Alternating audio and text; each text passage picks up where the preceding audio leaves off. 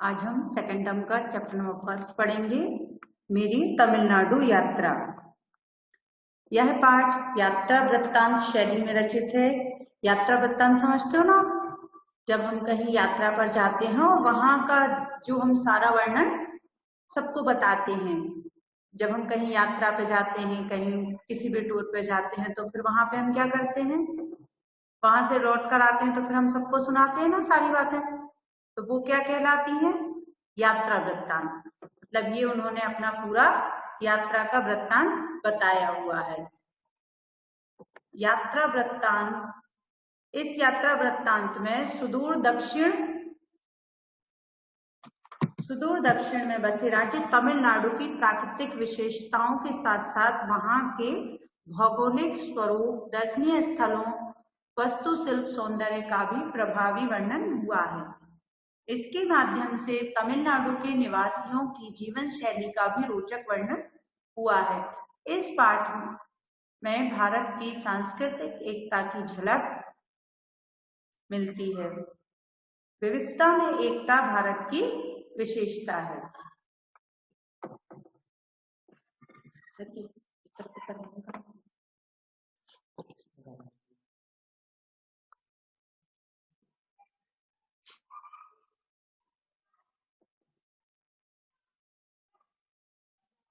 पूर्वी घाट और पश्चिमी घाट की पहाड़ियों के छोरों का मिलन तमिलनाडु में हुआ है।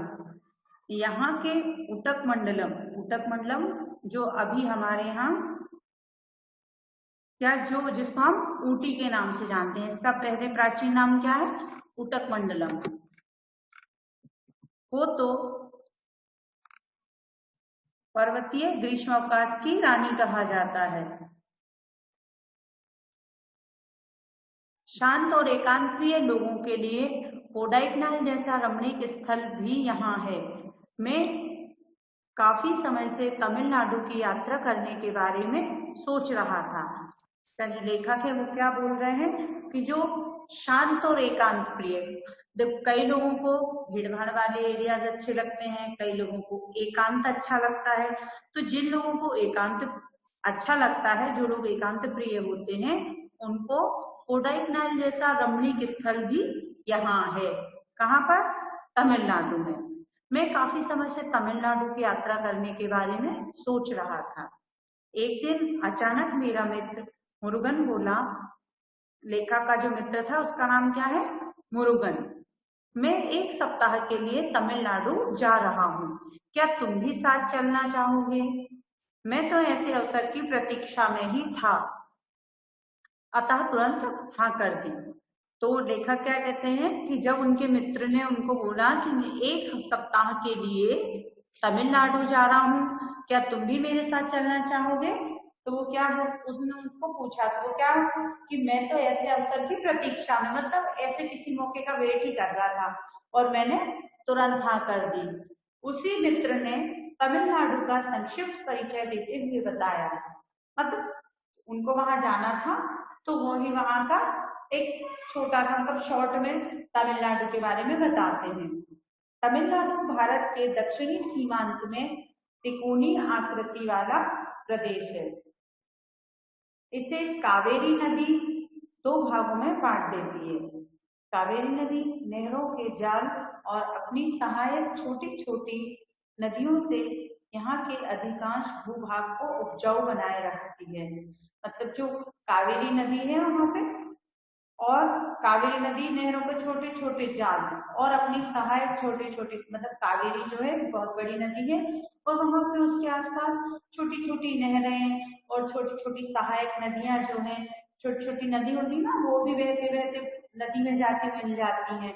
तो वो वहां से निकलती है। तो यहाँ के अधिकांश भूभाग, मतलब वहां का जो ज्यादातर लैंड एरिया है, मतलब खेती वाला जो भाग है, उसको उपजाऊ बनाए रखती हैं। मतलब वहां की जो खेती की जो जमीन है वो कैसी है? बहुत ही उपजाऊ है।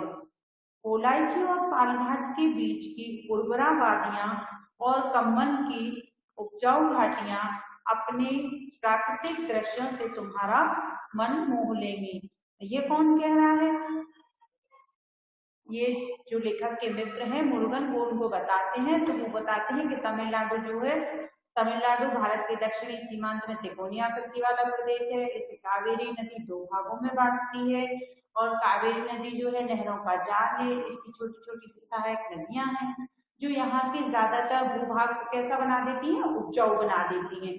पोलाची और पालघाट के बीच की उर्वरा वादियां, उर्वरा मीन्स भी उपजाऊ ही होती हैं, की वादियां और कंबन की उपजाऊ घाटियां अपने प्राकृतिक दृश्यों से तुम्हारा मन मोह लेंगी। यहाँ साल में धान की 3 फसलें होती हैं और वो क्या बोलते हैं कि यहाँ साल में धान, धान मीन्स चावल, इसकी यहाँ पे 3 फसलें होती हैं। अगले दिन हम दोनों मित्र तमिलनाडु एक्सप्रेस में सवार होकर चेन्नई जा पहुंचे। हमने रात्रि को एक अतिथि गृह में विश्राम किया। वो क्या बोलते हैं, फिर अगले दिन हम दोनों मित्र तमिलनाडु एक्सप्रेस से चेन्नई जा पहुंचे और हमने क्या किया, रात्रि में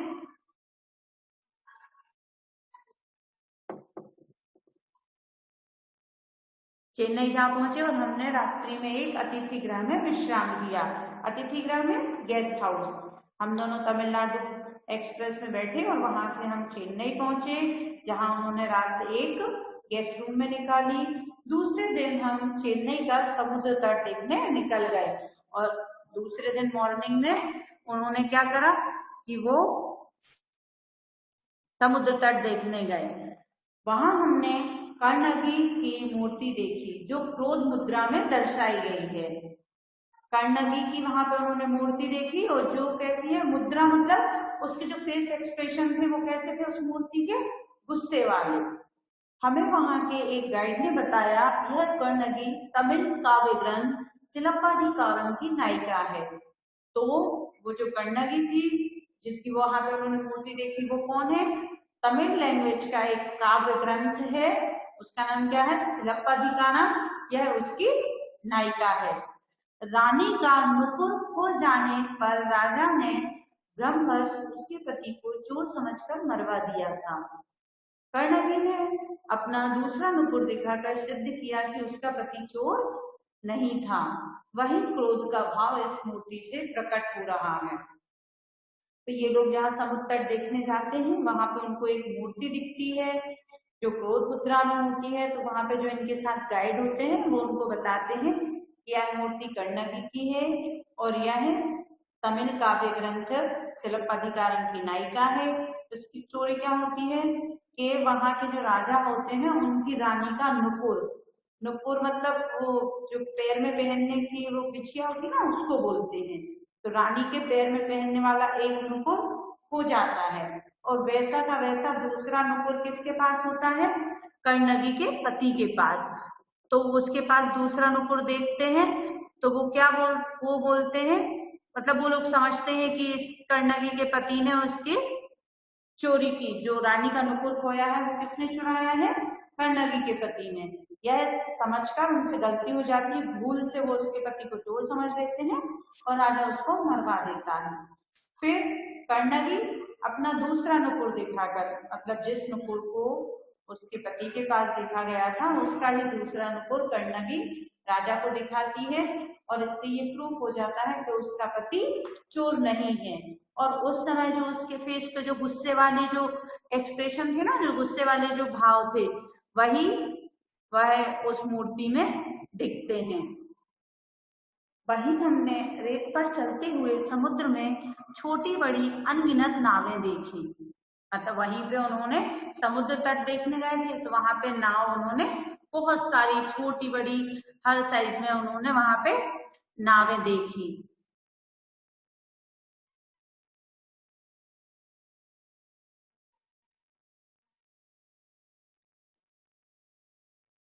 पास जाने पर छोटी बड़ी मछलियों का अंबार, अंबार मतलब वो बहुत बड़े बड़े जो ढेर लगे रहते ना, वो बहुत बड़े बड़े ढेर देखकर हमारी आंखें फटी की फटी रह गई।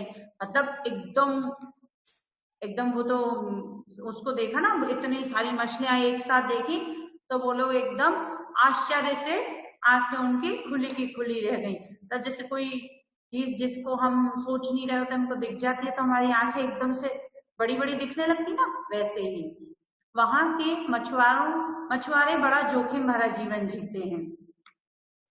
अब वहां पे समुद्र तट पे तो उन लोगों का जीवन कैसा है, बड़ा ही जोखिम भरा। वहां से आगे प्रकाश स्तंभ देखकर हम दोनों कपालेश्वर मंदिर जाने के लिए निकले।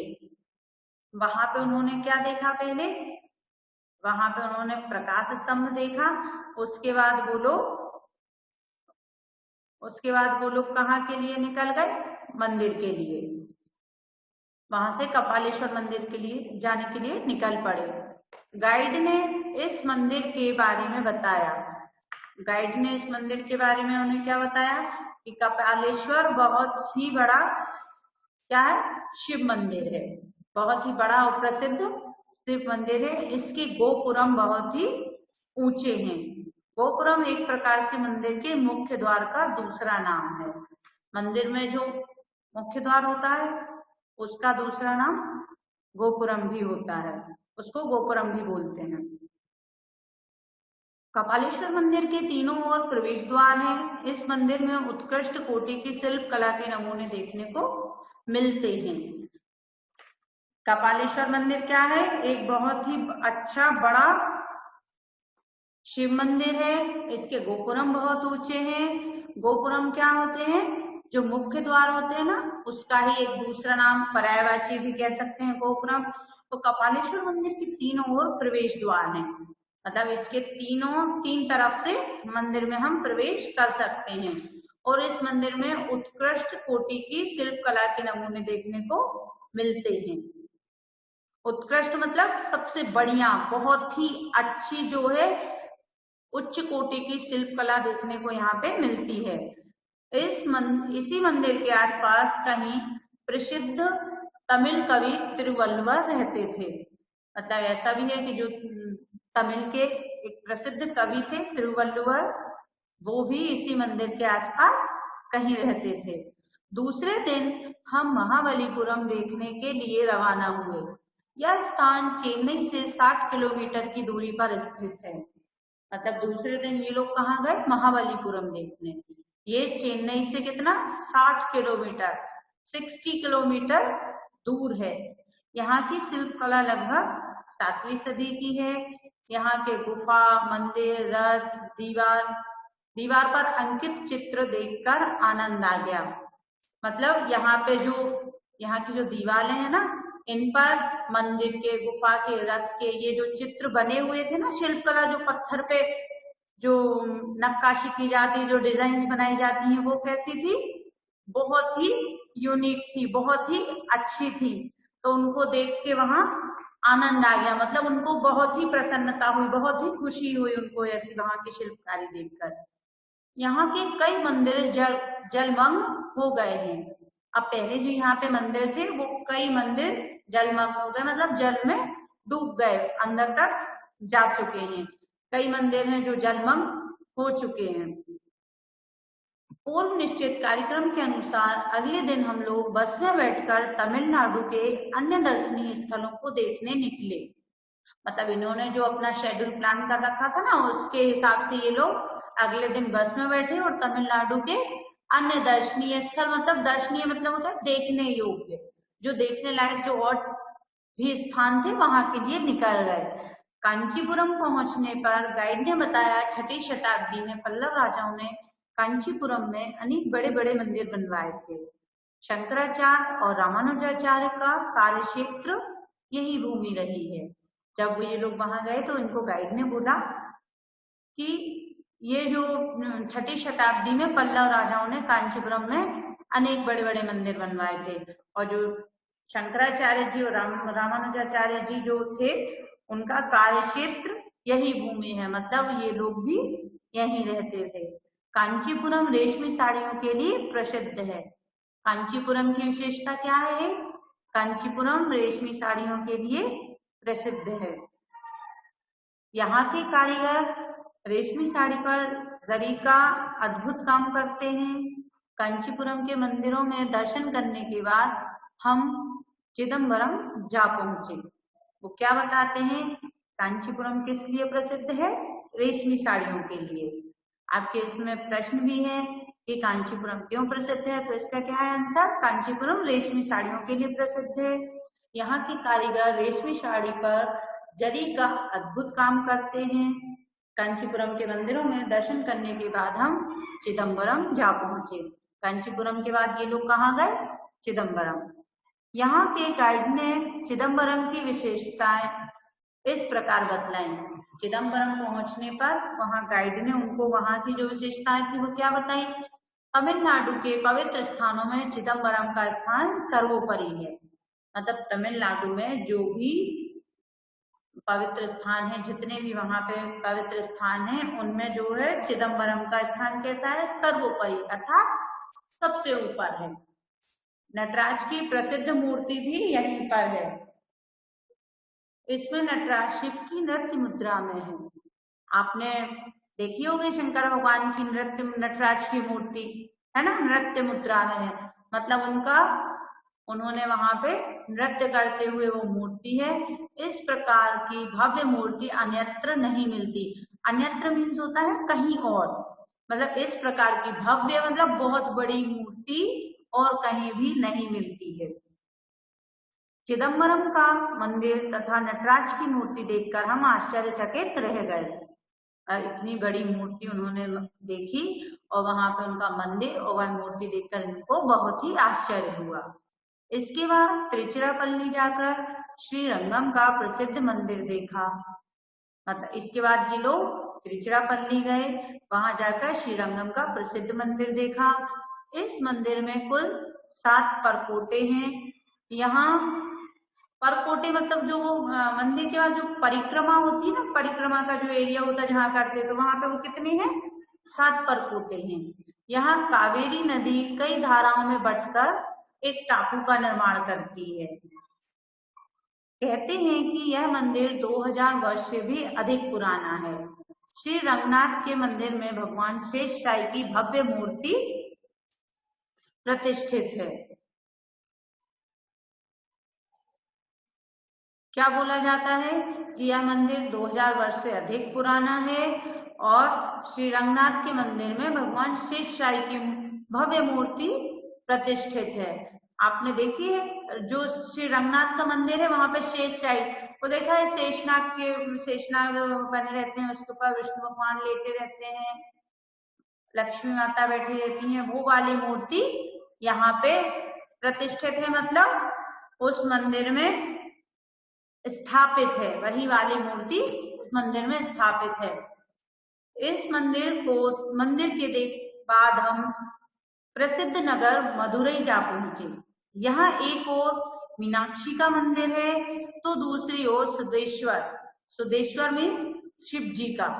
तो इस मंदिर को देखने के बाद ये लोग कहाँ पे गए? मदुरई। यहाँ पर एक साइड मीनाक्षी मंदिर है और दूसरी ओर शिव जी का मंदिर है। कौन सा? सुदेश्वर। इसके गगनचुंबी भव्य गोपुरम विशेष रूप से दर्शनीय है। गोपुरम आपने पहले भी देखा ना कि जो मुख्य दरवाजे होते हैं उनको बोलते हैं। तो गगनचुंबी मतलब इतने ऊंचे ऊंचे मंदिर है कि ऐसे लगता है जैसे बादल को छू रहे हों।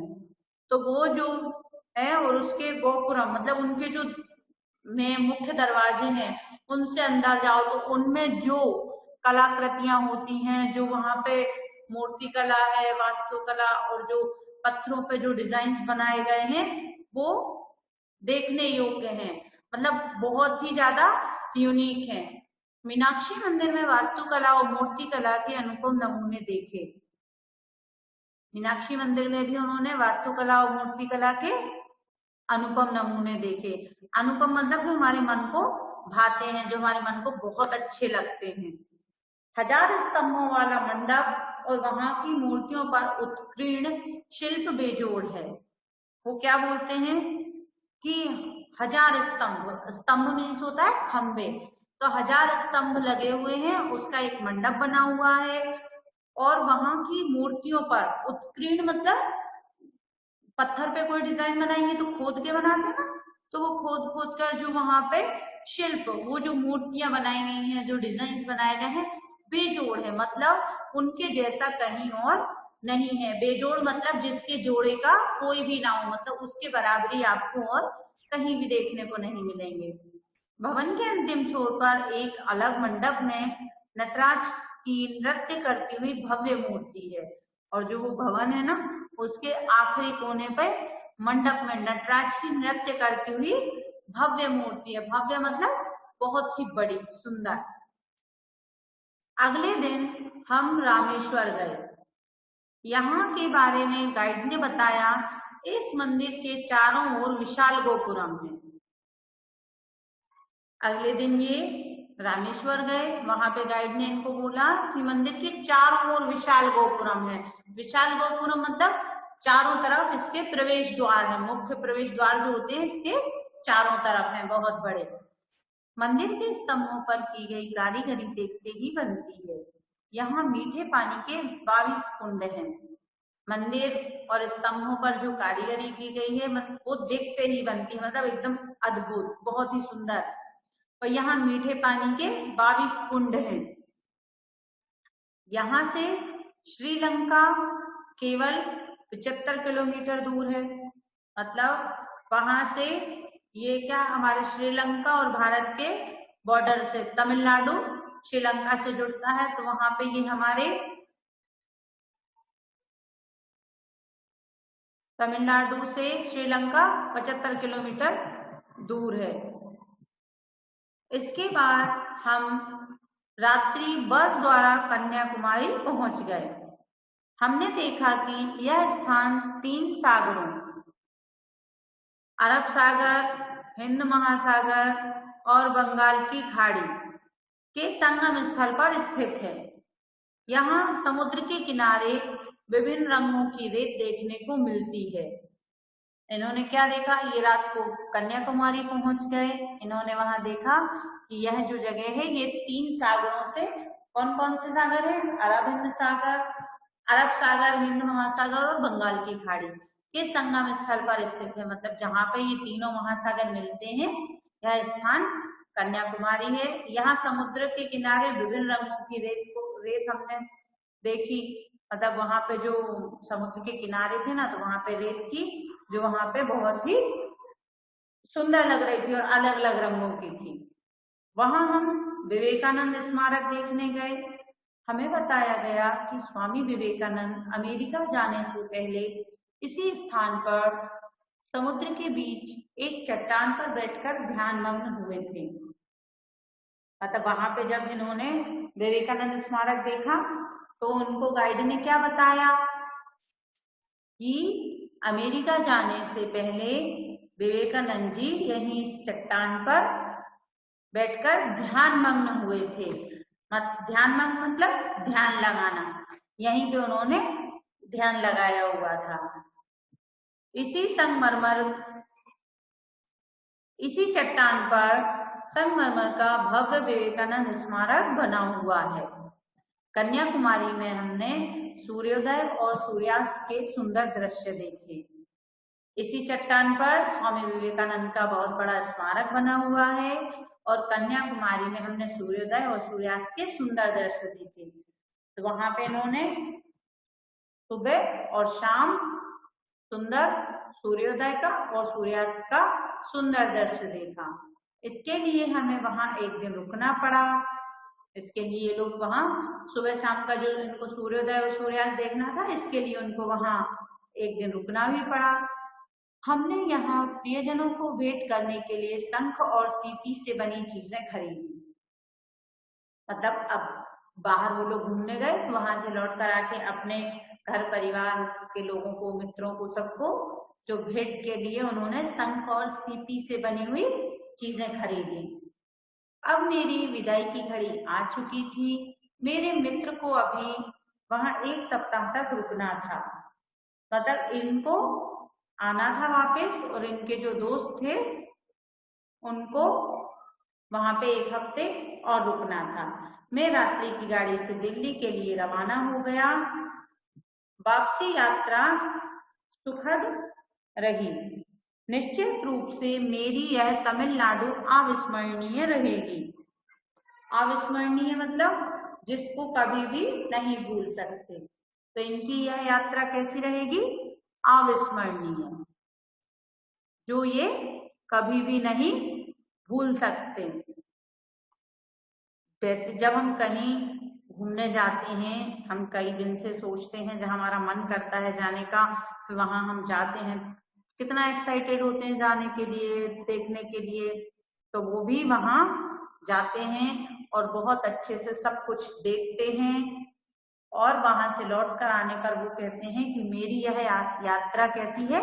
अविस्मरणीय, मतलब मैं इस यात्रा को कभी भी नहीं भूल पाऊंगा, इस यात्रा को मैं कभी नहीं भूल सकता।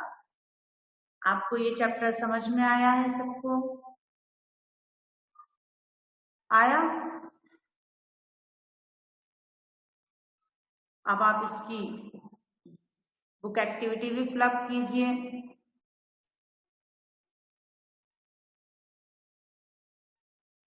हाँ,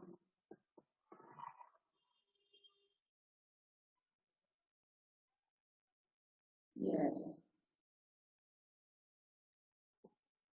और आप इसके वर्ड मीनिंग्स भी पढ़िए। नेक्स्ट चैप्टर के भी आप वर्ड मीनिंग पढ़कर रखना, उनके वर्ड मीनिंग्स पेयर कॉपीज में लिखना।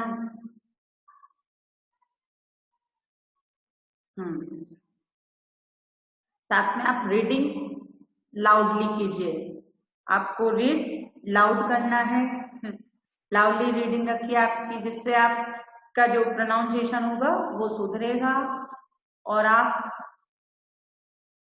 बहुत अच्छे से रीड कर पाएंगे। आप सही रीड करेंगे तो आप राइट भी सही करेंगे।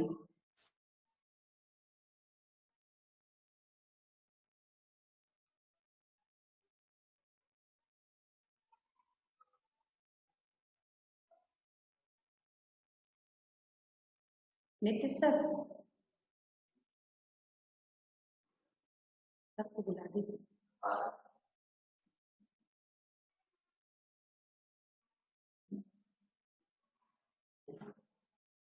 कर दी बच्चा है, कहाँ से करना?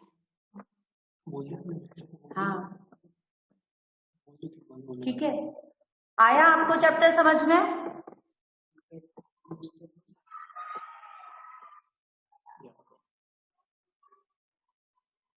आया समझ में? Okay, thank you, have a nice day.